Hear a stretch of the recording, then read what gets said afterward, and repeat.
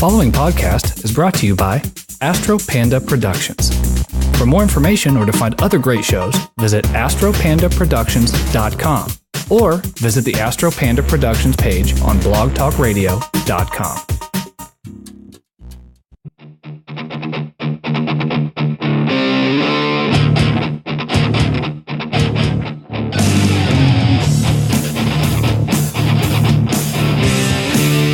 Hello and welcome back to episode 8 of the Pop Collectors Alliance podcast. I am Rick, your host, joined by my co-host Piper.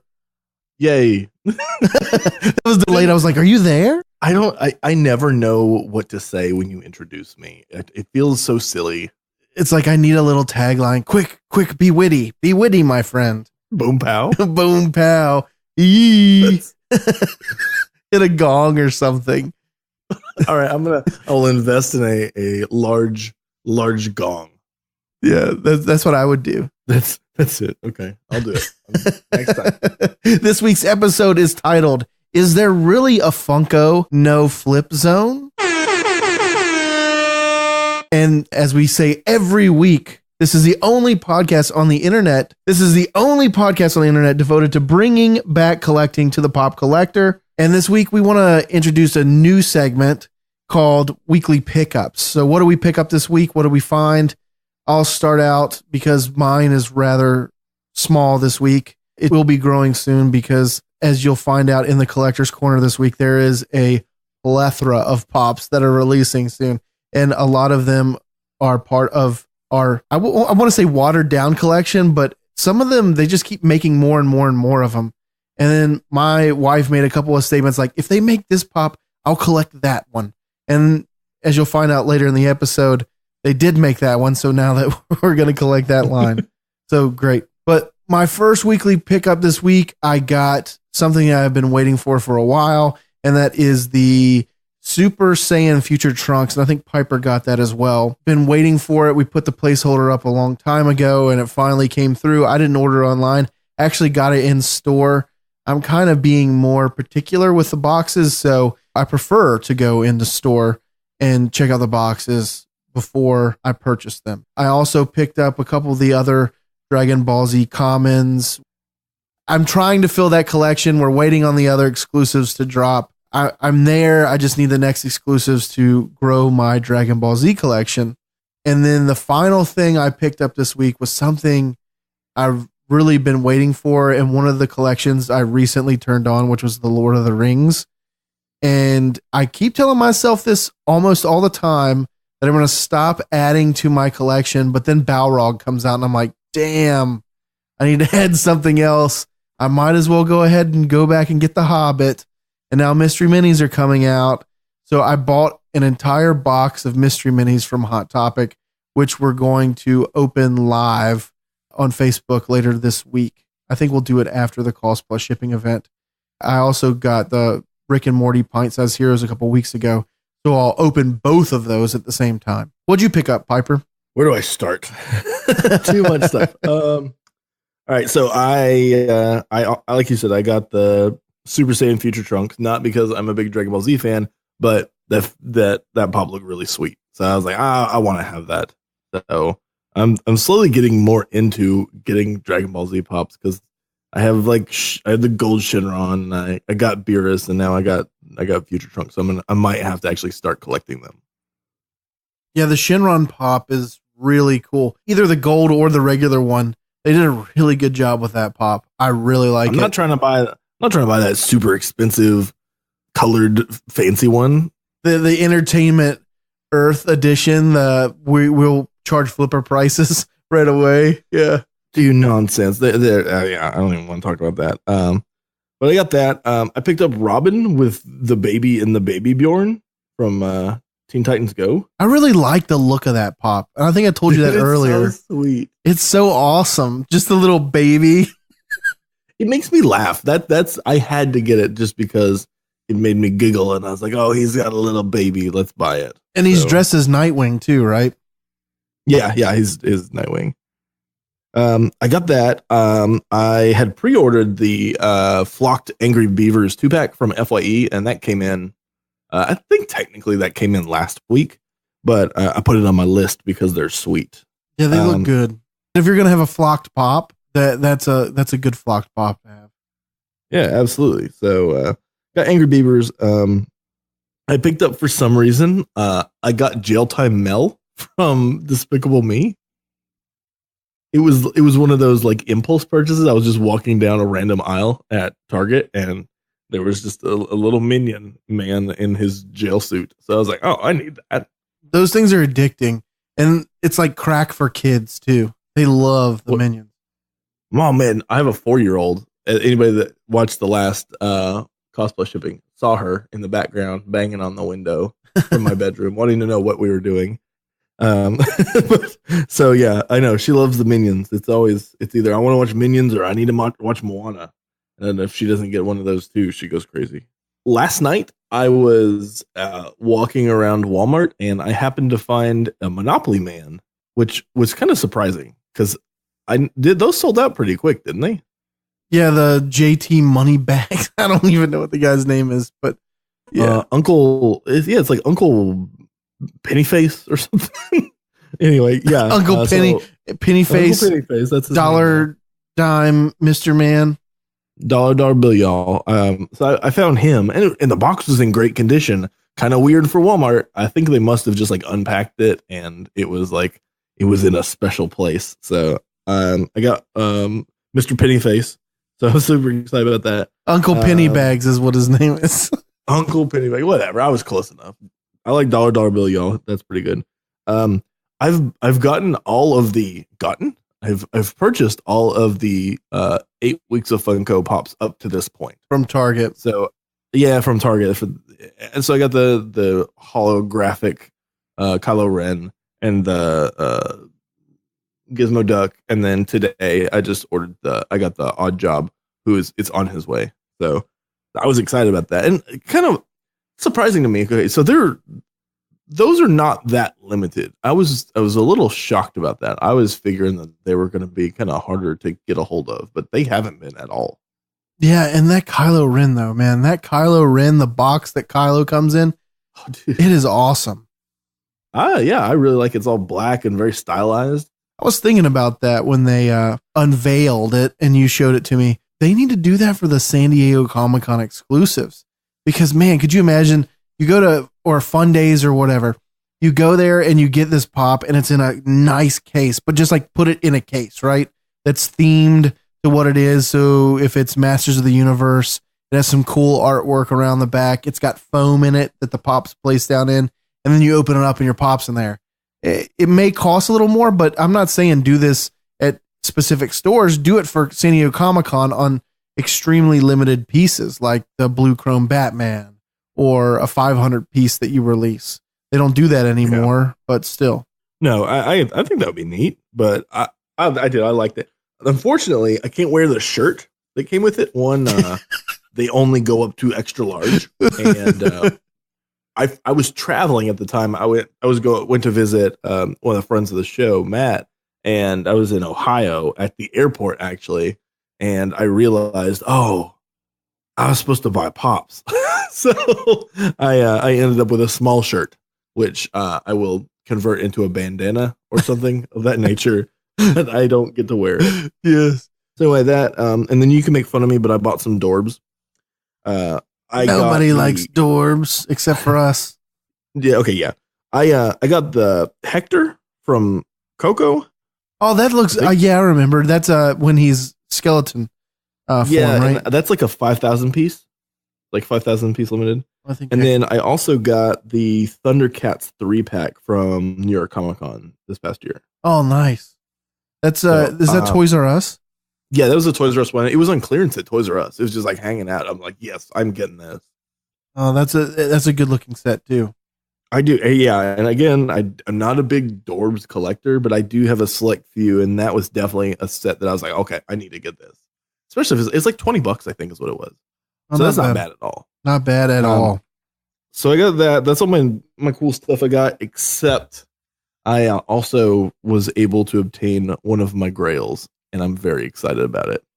I was on a Facebook group. I'm not sure which one it was. Not that that's important, but somebody mentioned that there was a company in New Zealand that had some Tom Surf Crows. And I was like, I'm interested in this because I love Mystery Science Theater. I was like, oh man, I've wanted this pop for a long time, but it's pretty expensive now. It's over $100. And so I went to the website and checking it out, and I'm like, man, they got them, and they're pretty cheap. Like 12, I think they ended up being like $13 US, $12 US after the conversion and stuff. So I went to go, I'm like, yeah, I'm going to buy this, add it to my cart, went to check out, and it was just like, sorry, can't sell it. And I was like, what? So it was one of those things where they couldn't sell to somebody in the US, which I don't know. Pop Culture does that. And I guess this company, maybe they had some kind of a deal. That's why they had them. And they had a very limited, I think they had 3 of them in stock. And so I had to go through all these workarounds, and I set up a P.O. box over in New Zealand, and then I purchased it, had to send to the P.O. box, and then I had to have it shipped over here.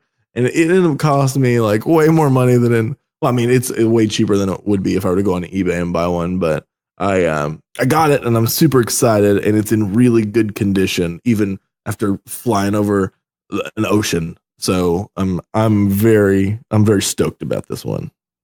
Flying over an ocean, bouncing around, kicked around. It's amazing that it got there in that shape.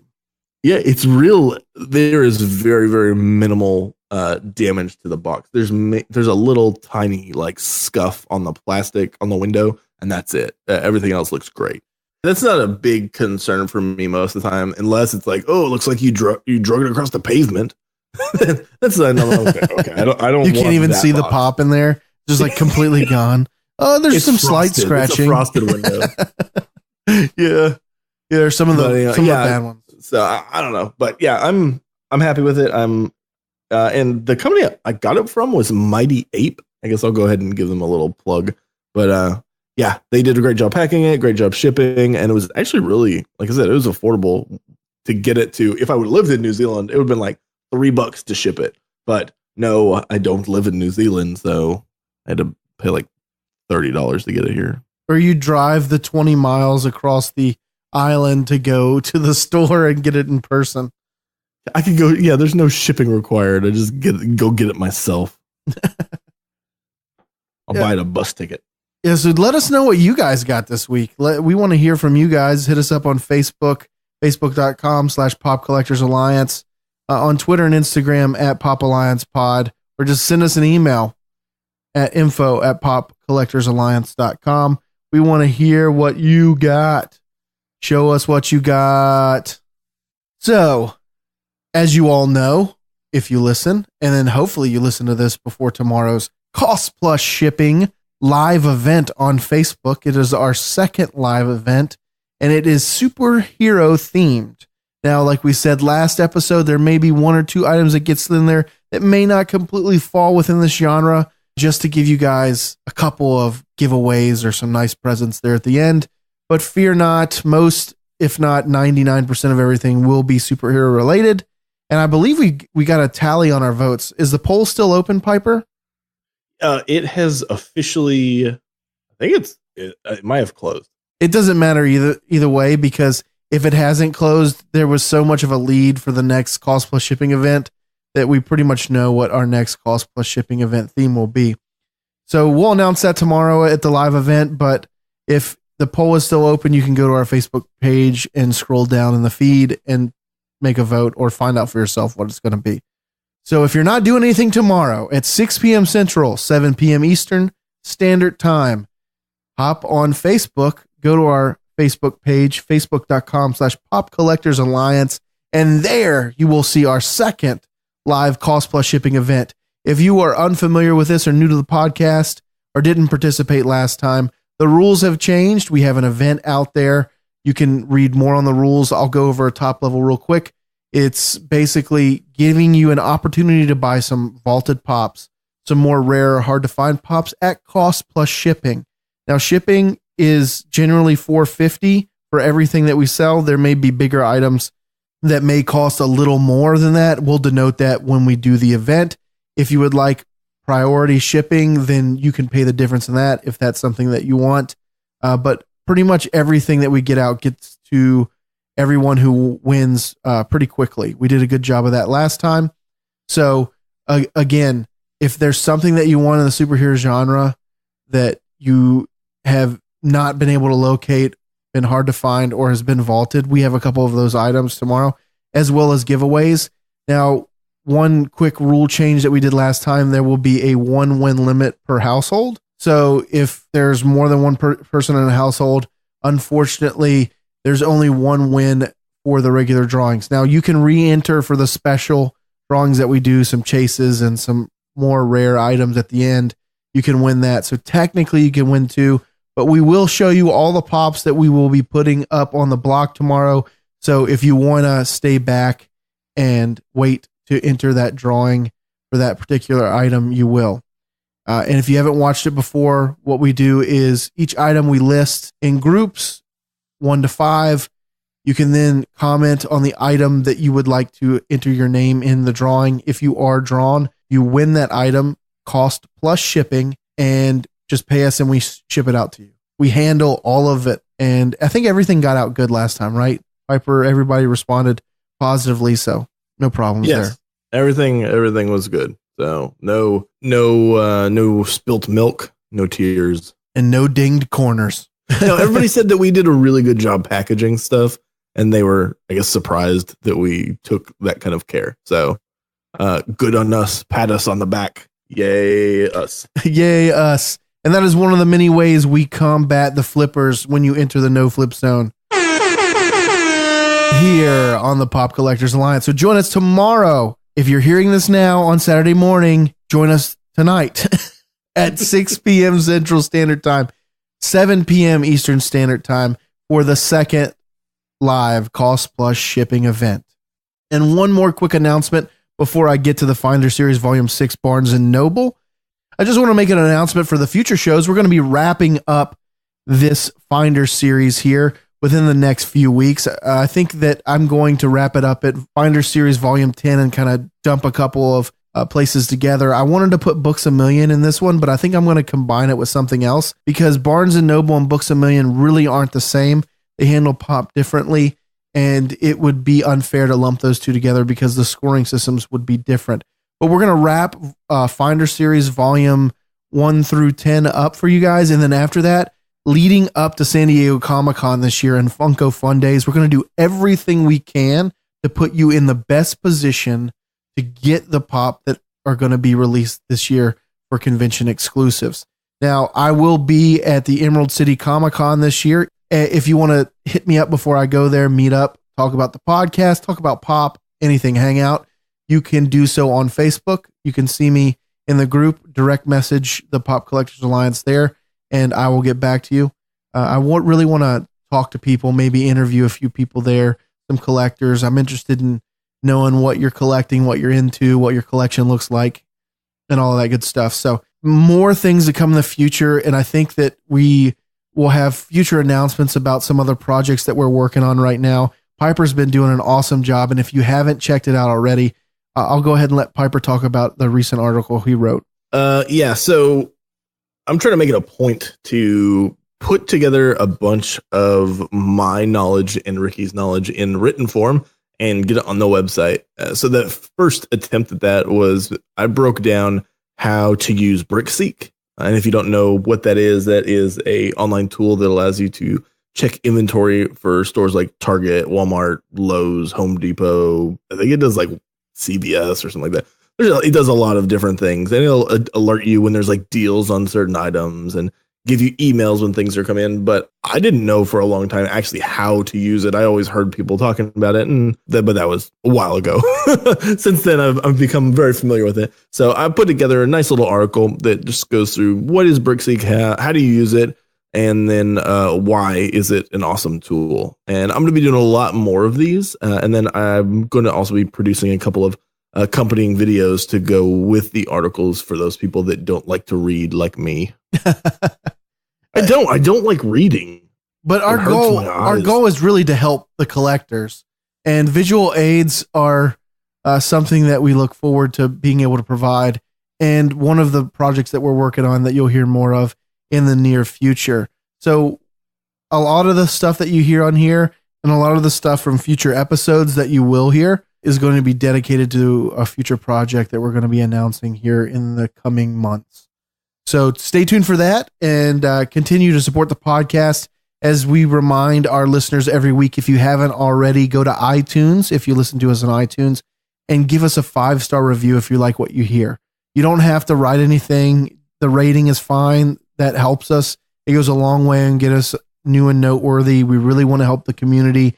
We've seen a vast number of people join and follow us and listen to the podcast. If not anything, participate on Facebook, because we're not just looking for the podcast only, but to create this community across multiple social media platforms. So again, if you have the time, go to iTunes and give us a 5-star rating. All right. Finder Series Volume 6, Barnes & Noble. As we do every single week, we give a disclaimer. When we rate every store, every retail store, they are based on our experiences, the experiences of our friends and Facebook groups that we frequent on Facebook. I said Facebook too many times. They are not to say that individual employees are terrible, terrible, terrible at every store. They're not painting with a broad stroke here to say that we're commenting on every Barnes & Noble out there, but it is just based on our experiences. So don't take offense. These are our experiences and may not be yours. So with that being said, we get to go to the pros for this week. All right. So my first pro that I'm going to take right off the bat, exclusives at Barnes & Noble are above average. And they always, as far as I know, have awesome shared convention exclusives. Now, the most recent event that they had was the New York City Comic-Con. And from that, they had the Balrog, which was glow in the dark, and a awesome metallic black Batman. And both of those are some of the more rare items that they had from New York City Comic-Con. They also had the Grindelwald pop from Fantastic Beasts.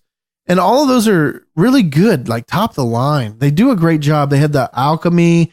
They had Newt Scamander from last year. They had the 3-pack of the Harry Potter plants that they did in the mermaids, I believe they were. My wife is going to kill me because I'm such a Harry Potter fan. I can't think of the names right now. It's kind of late here. It's like 12:31 in the morning, but please excuse me for that. But they do a great job of getting those convention exclusives. And for the most part, I like their regular exclusives too. So kudos on them for that. The store environment tends to be really relaxed. And because of this, employees aren't really familiar with the product, but they will go the extra mile to help locate it for you. And this is true for when items come off the truck. Now, I'm basing this on my experience as well, because there have been numbers of items that I can just check online to see the inventory and know that the store had probably received that item that morning, go to the store, and they're more than happy to go in the back and look for them. And now maybe that's because they don't primarily deal in pop and they haven't been beaten down by collectors as much as other stores have, but they've always been a great help. And what's better than just while you're waiting, go sit down in a chair, open up a book and wait for them. So really love it. Get yourself something from Starbucks. It's not actually Starbucks, just so you know. Yeah, but they serve Starbucks stuff there. Same place. Maybe it's not Starbucks anymore. Who cares? No, it is. I'm going to say that this can both be a pro and a con here, but I'm going to focus on the pro side of that. Barnes & Noble tends to have the most loopholes of any retail store when it comes to some tips and tricks of hunting, and we're going to give them to you today. Unfortunately for us, some flippers may find out about it, but if you can get ahead of the game, you can beat them to it. And why not give everybody the same tools, tips, and tricks to even out that playing field? Because I know a lot of flippers and they know these, so should you. Online inventory here is accurate, and you can always call a store to place a hold on whatever item it is you're looking for. Employees will call you if they're unable to locate your item on hold, so that's also a major plus. And one of the only stores that still does this. I don't know of many stores that'll put holds on items. Target used to do it. They have since been beaten down by collectors for it. which is crazy because, 10,000 people whining about they put it on hold. I couldn't get it.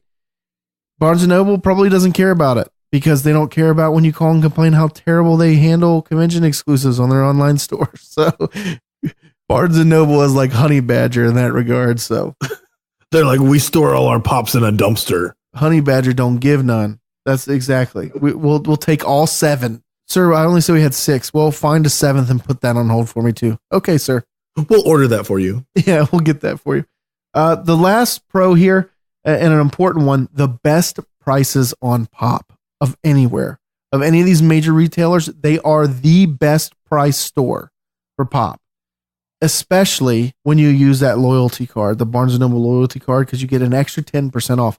And that's on everything, man. You get 10% on everything in the store and free shipping on all orders, no matter how much it is online. I can't tell you how expensive shipping is. They just raised the prices, 2 weeks ago, a week ago? Raise the prices again, 50 cents more. Cost plus shipping may cost you guys more. I'm sorry.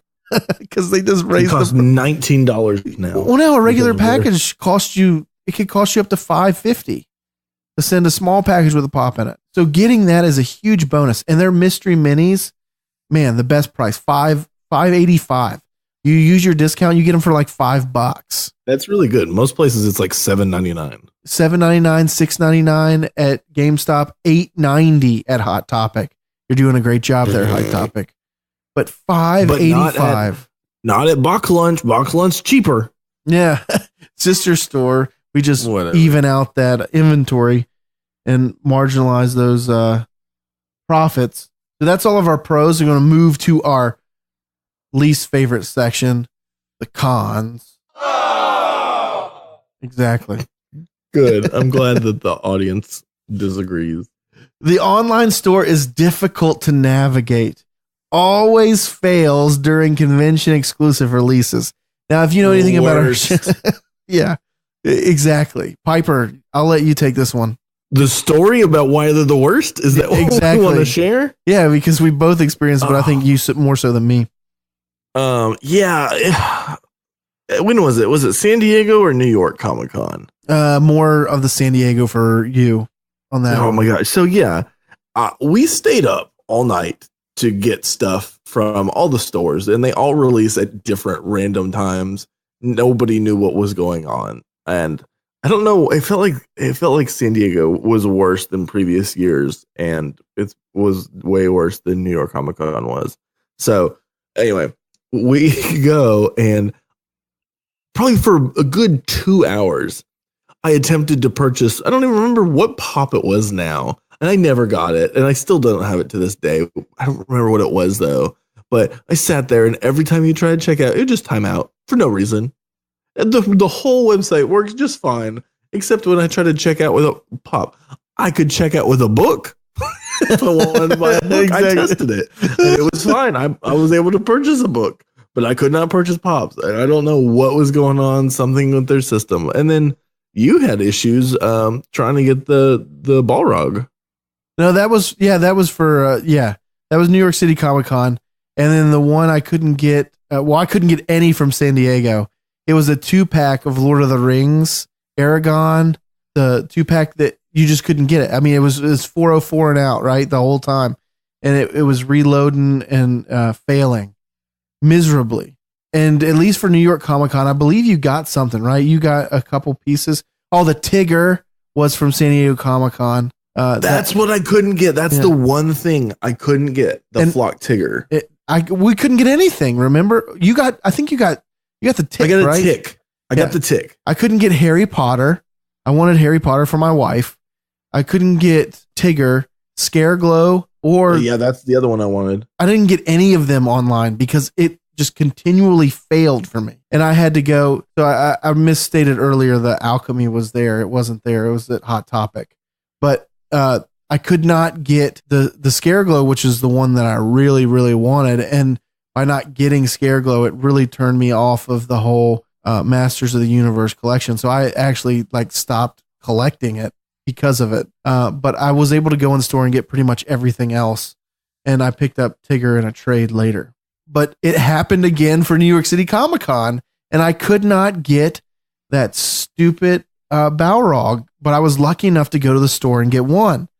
And they re-released them again, and I still couldn't get it on the re-release. And I even called the store and dealt with a representative. Meanwhile, Piper had already got his, and I'm dealing with this lady who did the exact same thing as I would, went online to the Barnes & Noble store and ordered She bought it for you. Yeah, bought it for me through the store, went through the address and everything verbatim, and then she's like, oh yeah, you got a confirmation code. It should come in a couple weeks.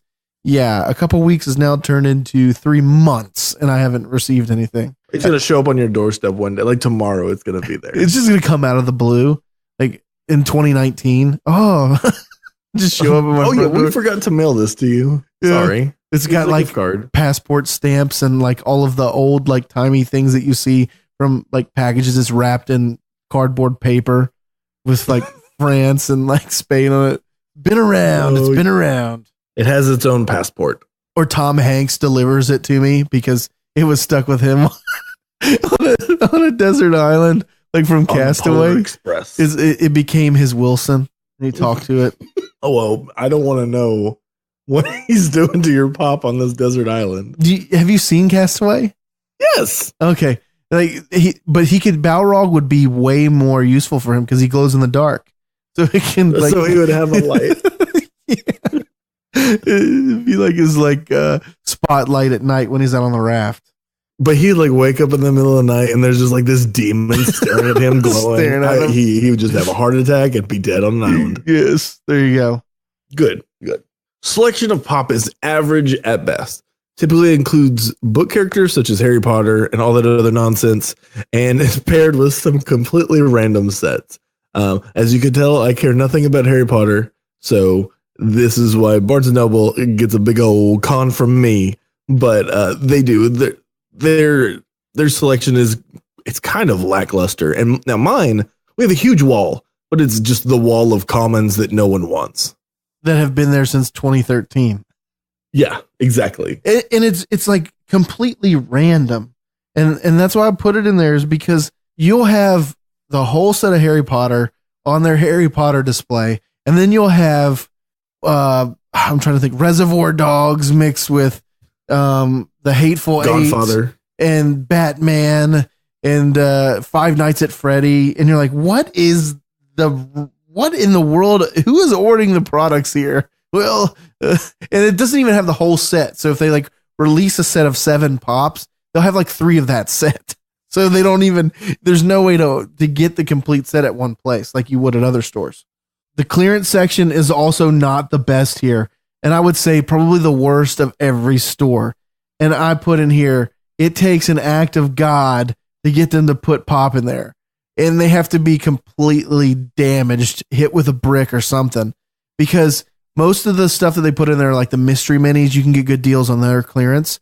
And when they do have items in there that aren't beaten with a baseball bat that you want to purchase, it's really nice because they'll mark it at 50, 60% off. And then you still get an additional 10% off with that Barnes & Noble loyalty card. But again, like there's just no deals here at all, speak of. But they also have the lowest prices, so you can't knock them there. I've had the opposite interaction. There we go. That's the word I want to use. The opposite interaction with their clearance. There have been a few times where I've found some vaulted or really hard to find pops. The last one that comes to mind is I was just wandering around a Barnes & Noble. I think it was in San Antonio or Dallas. And we just went in and there was a penny from Big Bang Theory. And I just grabbed that up because that guy is super hard to find. Well, again, it could be based on population too. Yeah, based population or where they put it in their clearance to how long it stays in there. I just know that last year I went clearance shopping at Barnes & Noble because they had like a 75% off in their clearance. And you got an extra 10% off with your membership card. And I was like, 85% off. What? I'm going to every Barnes & Noble in this area.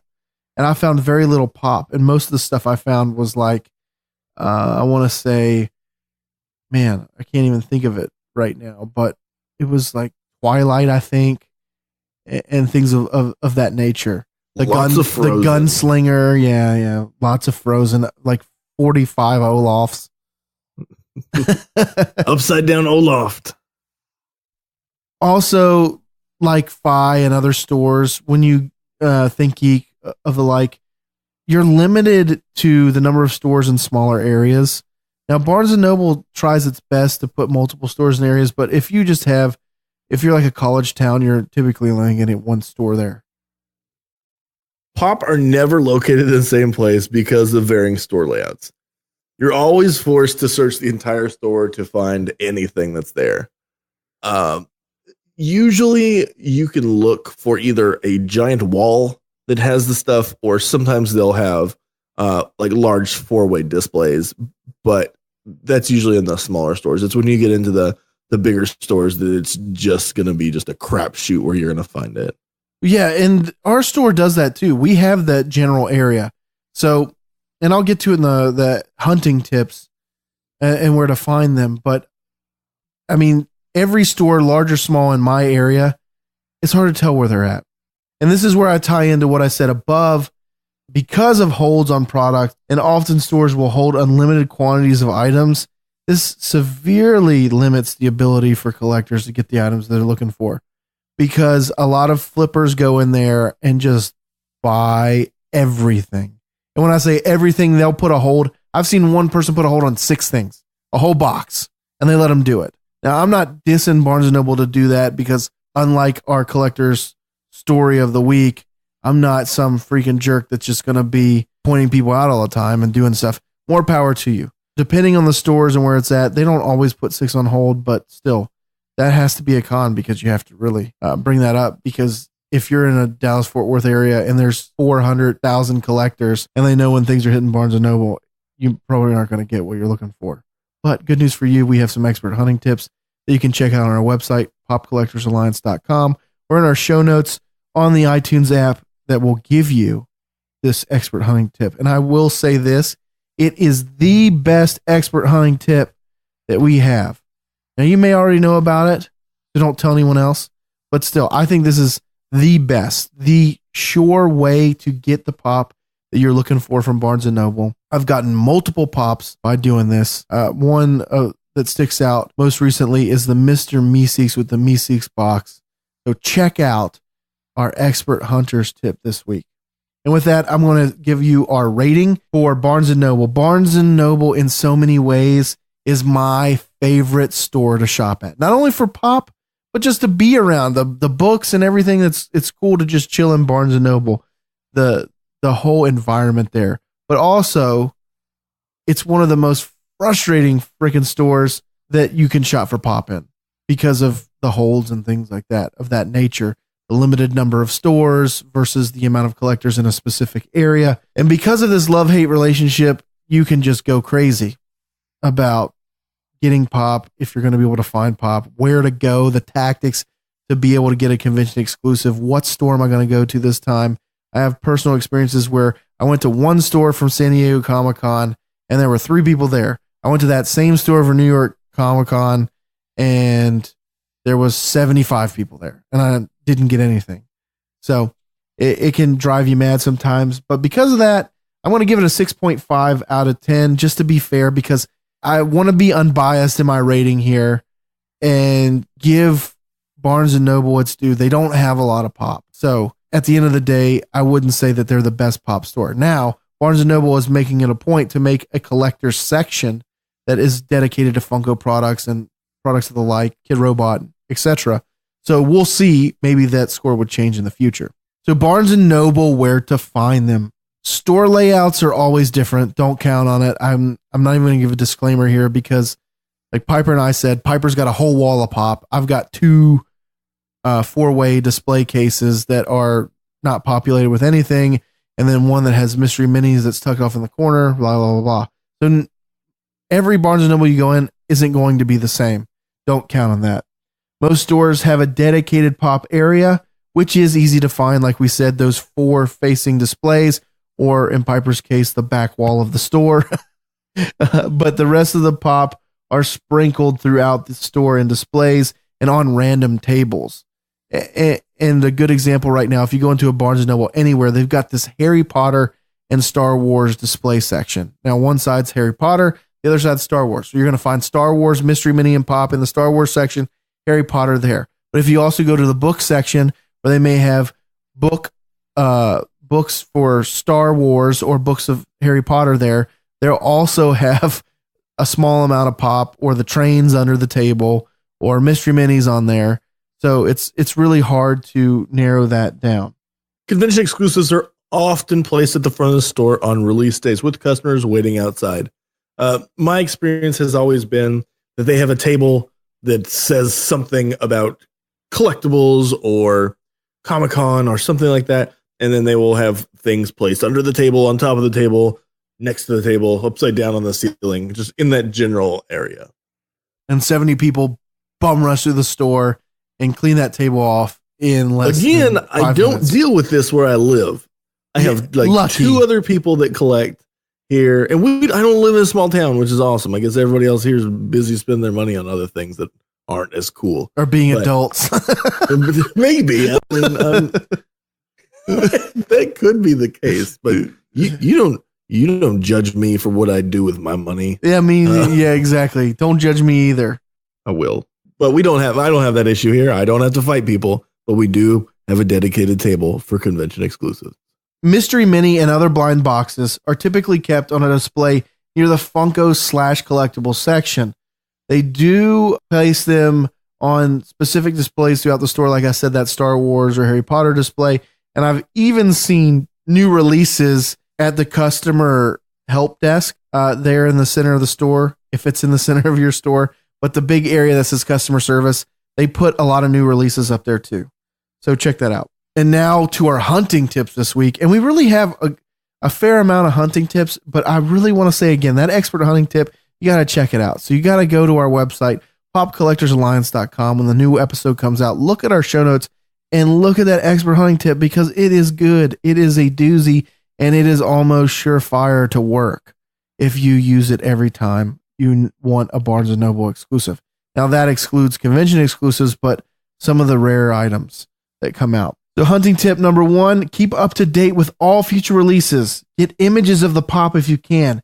Getting the barcode of a Barnes & Noble exclusives helps you because you can directly search on the website for that or in store. Now, this ties to our expert hunting tip this week, but more importantly, to use it online. If you use the UPC code, it almost certainly will track directly to the product. Now, a lot of times there are Barnes & Nobles or friends of Barnes & Noble employees that go out there and get Pops before they're released. And they put them on eBay. But that's a good thing because you get about 6 images, and one of those includes the UPC. So check out eBay. Look for those images. Use that UPC. You can use that in any case. This isn't exclusively for Barnes & Noble. If you want to find a Target Pop or a Walmart Pop on BrickSeek, you can also obtain it through this method. And get that and go to the store or check online directly for the product. Stay on top of online inventory. If you are a member of Facebook groups, you can establish a timeline as when releases are hitting the store across the country. You want to make sure that you check daily and call. If you do find them, then make sure that you place a hold immediately on the item until you arrive at the store. And the good thing with Barnes & Noble is they hold an item for 3 days for you. So even if you're out of town and you can't get to the Barnes & Noble for 2 days, fear not, my friend. They will hold it for you for 3 days and you didn't even purchase it. And then all of those sad flippers can walk by the counter and see your Pop being held behind the counter and they can't get it. So in their face, welcome, my friends, once again to the no flip zone. I got 3 horns in this time. That's good. So next hunting tip this week, check in the movies and music section. Yes, they still make CDs and DVDs. This should have been phased out by now. Most Barnes & Noble will use this as a back stock section, and you can find older items and exclusives there. I've done this at multiple locations, and sometimes they're on the back side of the CD section. So you may look into the music section and say, oh, wow, what is this, 1987? And say, oh, wait, on the back of that CD rack, there is a Newt Scamander Comic-Con exclusive from 8 months ago, which I did. That's the only reason I'm saying it. And you can find some awesome stuff there. That's kind of where they dump things because why not? Nobody's going to buy CDs. So it's just like a stock room that's on the store floor. And I wanted to say one more thing. I don't have this written down, but it's a hunting tip that just popped in my head. And you heard me mention it a few seconds ago when I talk about the customer service counter. Any new release, check that customer service counter first because they'll put that up there. Even if it's a Barnes & Noble exclusive, I know that my Mr. Meeseeks with the Meeseeks box was placed on that customer service desk and not even on the pop shelf. So they know that collectors are out there. They're getting used to it. So they just put them there. So if you're walking in the store most of the time in a direct line to the Funko section, that customer service desk exists. So check there just to make sure that you're not missing anything. They also put back stock in there so you can look over the counter and see if there's some boxes there. So check that out. That's another hunting tip. And the expert hunting tip, I'm telling you one more time, you got to check it out. It's good. It'd be real good. It'd be real good. So Barnes & Noble, where are the deals? Not really any deals here, as we mentioned before. In the con section, you're not going to get a lot of deals. Their clearances, unless you're Piper, he found a really good item there, or somebody else out there that's found something else. They don't put a lot of stuff in the clearance section. They don't do deals at all on the floor. I rarely see sales on pop. Sometimes I've seen like a 30% coupon near the holiday season, but as compared to like GameStop, ThinkGeek, or Hot Topic, they really don't put a lot of items on clearance. So you're not going to get the best deals there. On the other hand, you get the best price of any pop or mystery minis out there with Barnes & Noble, and you can apply for $25 a year, which you make up instantaneously in shipping if you just order stuff off the internet. You get 10% off of every purchase you make there. So it's just, it even includes their coffee section too. So it's one of the few loyalty cards that I recommend that you get, but it's the best one if you like to shop at Barnes & Noble, and especially for pop hunters and collectors.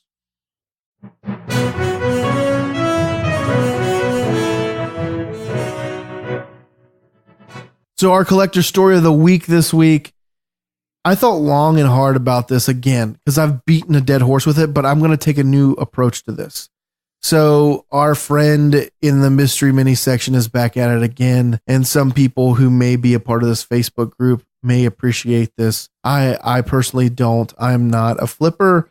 Some people may call me that, but I don't care who you are. I don't consider myself a flipper, but this individual has it out, vigilante status, for anyone out there in the mystery mini community that wants to buy something and sell it. I can agree in some circumstances that it is egregious flipping and they're buying an $8 item and selling it for $70, which I would not condone in any way unless you've held the item for a while. And more importantly, what I'm getting to with this is what constitutes flipping. Is there really a no flip zone in the Funko community? With his last grievance towards somebody, he took a little bit of a leap and not only pointed out an individual for doing this, but then baited other people into saying, oh man, I can't believe you're doing that, and then banned those people as well. Now you have the freedom to do whatever you want in any group that you want, but again, it doesn't change the fact that you're not being a good person or just plain down being a jerk. And in this scenario, I wanted to cover this from the standpoint of, does the no flip zone really exist? Is it something that's attainable for us as collectors? And then how do we get there? So with that, I just want to break it down a little bit. And Piper, feel free to jump in anytime you have some stuff to add. But the biggest point is pointing somebody out as a flipper. You have to establish parameters of a flipper, create a no flip zone. Now we have our parameters that says you're a general flipper or you're a scalper at the next level. You're just we call them poachers. They're people that will buy the entire stock of an item in an area and enlist other people in the process of purchasing these items for them all across the general area. Now, you may ask yourself, well, if somebody goes to the store and they buy 2 pop, they sell one of those pop for $30 and pay for both of their pop, they're a flipper.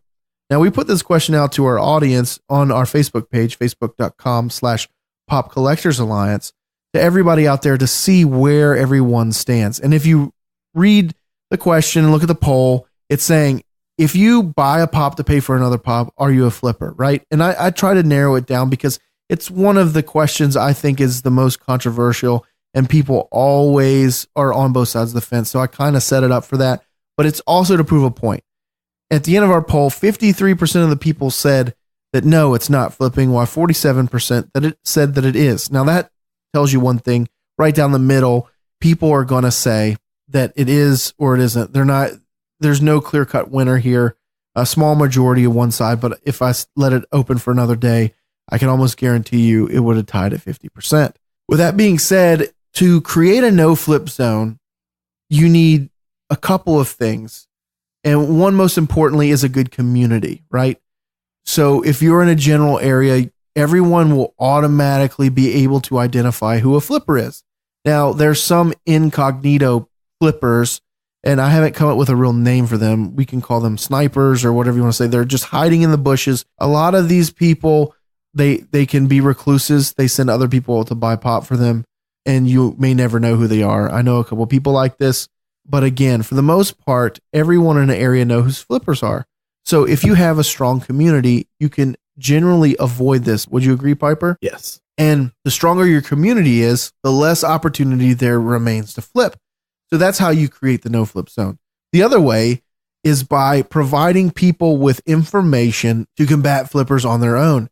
That's primarily what we do. We build the community, yes, but we also primarily push out information, placeholders, release dates, new items coming up, our opinion, our Finder series, Piper's article on how to use BrickSeek. These are all weapons in the battle against flippers. So that's another way to create the no flip zone. And really the third and final way to do that is to not buy stuff on eBay or areas where you can buy them, these individual stores or that people get for outrageous prices that drive the value of the pop-up.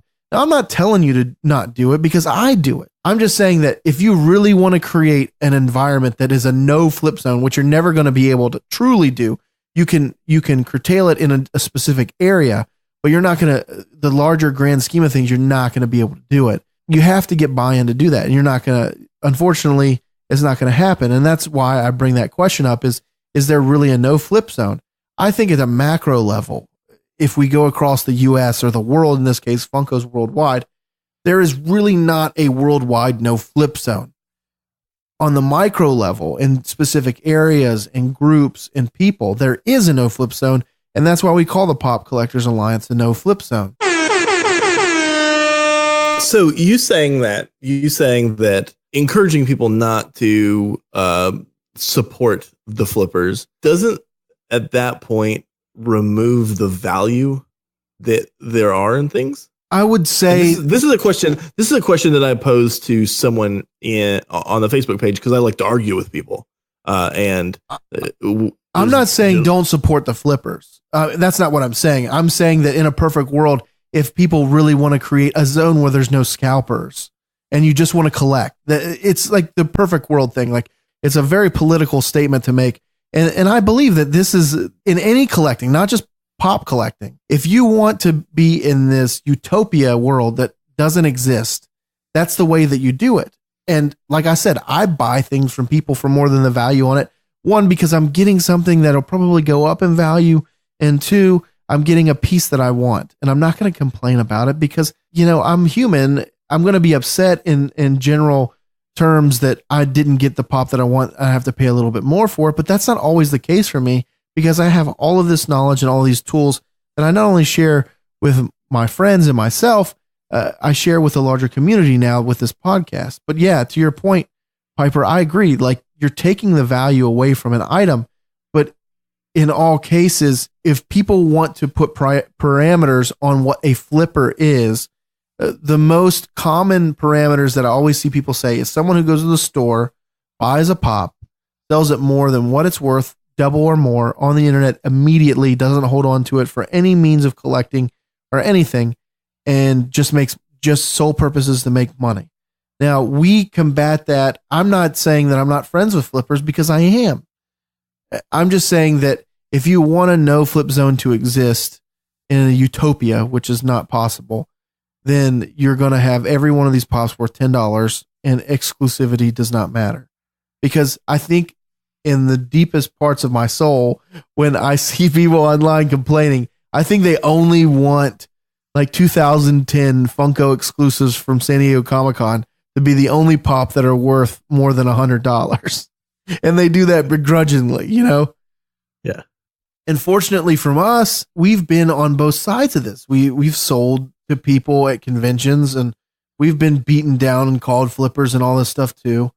But unfortunately, we're just not that. We're collectors. You can see our collections. You can see it when we do cost plus shipping. You haven't seen my house, but I'll give you a picture soon of that, and you'll see that, you know, I have over 1,000 pops and probably 600 or 700 mystery minis, and that's not even my entire Funko collection. I have one-off things and things of that nature. And I'm on the fence when it comes to our poll question because part of me says, if you go to buy something to make a profit on it, yes, by definition, universally, that's flipping. But as a collector, it's hard to not get that for somebody else too. And by all means, if you're taking it from someone else, are you not giving them the opportunity? So like I said before, and I'm not going to go into that area and beat that dead horse, is that what the definition of everyone who calls someone a flipper is different. It's not 100% the same. We're not trying to translate or interpret the Bible here. What we're trying to do is narrow it down to say, hey, is the no flip zone possible? And I do believe it is.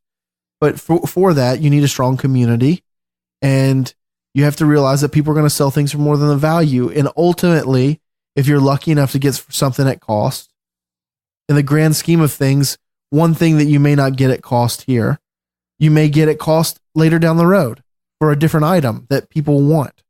People can be hypocritical too and call people flippers and say, oh, you know, you're flipping. And then they'll flip, because I've known hundreds of people that have done this and they'll condemn flippers, but I'll see them in waffle groups, waffle and a pop. What are you doing? You're charging more money than Pop Price Guide is to get more money out of you. No, but people don't have to spend that much. People could spend less if they want to and gamble. And gamble. That's the big thing. I just stick that in there. And gamble. But yeah, you're exactly right, Piper. And what I want to do here is I don't want to bring this down in a negative community. What I'm trying to do is not be negative. I'm trying to just take everything out logically and look at the problem and say, you hear the same things in threads. I've been doing this for 5 years now. It's 2018.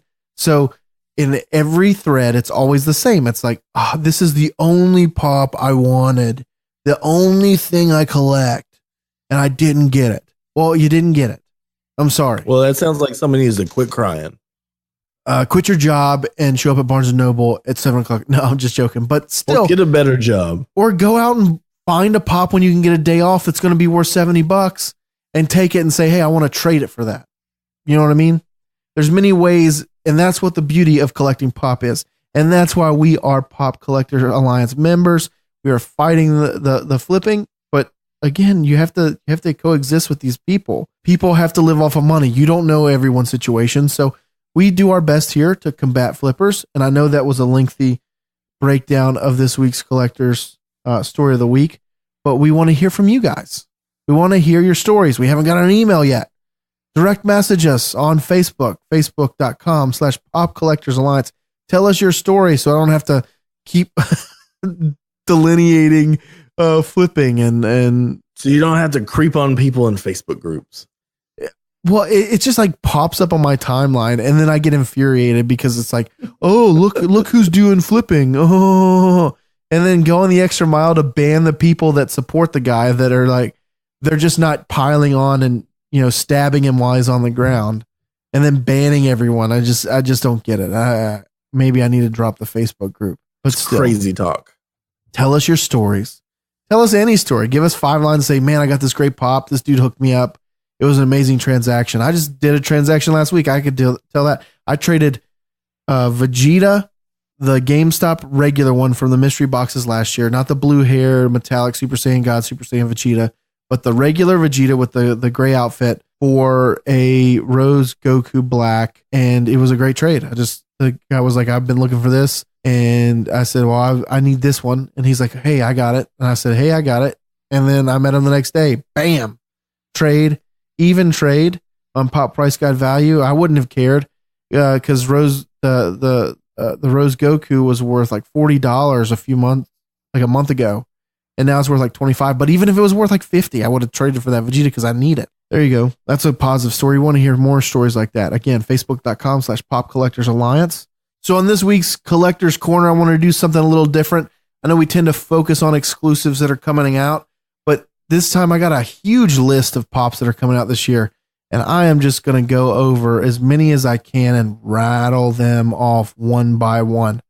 So as I mentioned earlier in the episode, my wife and I try to limit our collections and not bulk them up as things release and more licenses are put out there by Funko. Unfortunately, we're going to probably be growing our collection because there's a lot of good stuff coming up. So let's go through it. So some of the items that are going to be releasing this year, Rainbow Bright, Rainbow and Twink. That's what my wife has. She's like, if Rainbow Bright ever comes out, I'm going to get Rainbow Bright. So Rainbow Bright is coming out. So we're getting it. Doug, the cartoon from the 90s, if you're not familiar with it. Nickelodeon. Doug is going to be coming out, Penny Mayonnaise and Pork Chop with Chase. The show Glow, Ruth Wilder and Debbie Egan. Sandlot, the movie. You're killing me, Smalls. Benny, Ham, Smalls, and Squints. Everybody's favorite characters. Princess Bride, Princess Buttercup, Wesley with Chase, and everyone's favorite Inigo Montoya, You've Killed My Father, Man with 11 Fingers. Jurassic World 2, nobody cares. The Jetsons, Astro, George, and Rosie. I know they released a couple last year at I want to say Emerald City Comic-Con, maybe. I don't know. It was like a Dorbs Ride. Yeah, that sounds right. Emerald City sounds right. Dorbs Ride or something. Funko exclusive. I don't know. Deadpool. Tons of Deadpool. I'm not going to go through all of them. Oh, I'll name a couple. Playtime. We just talked about this.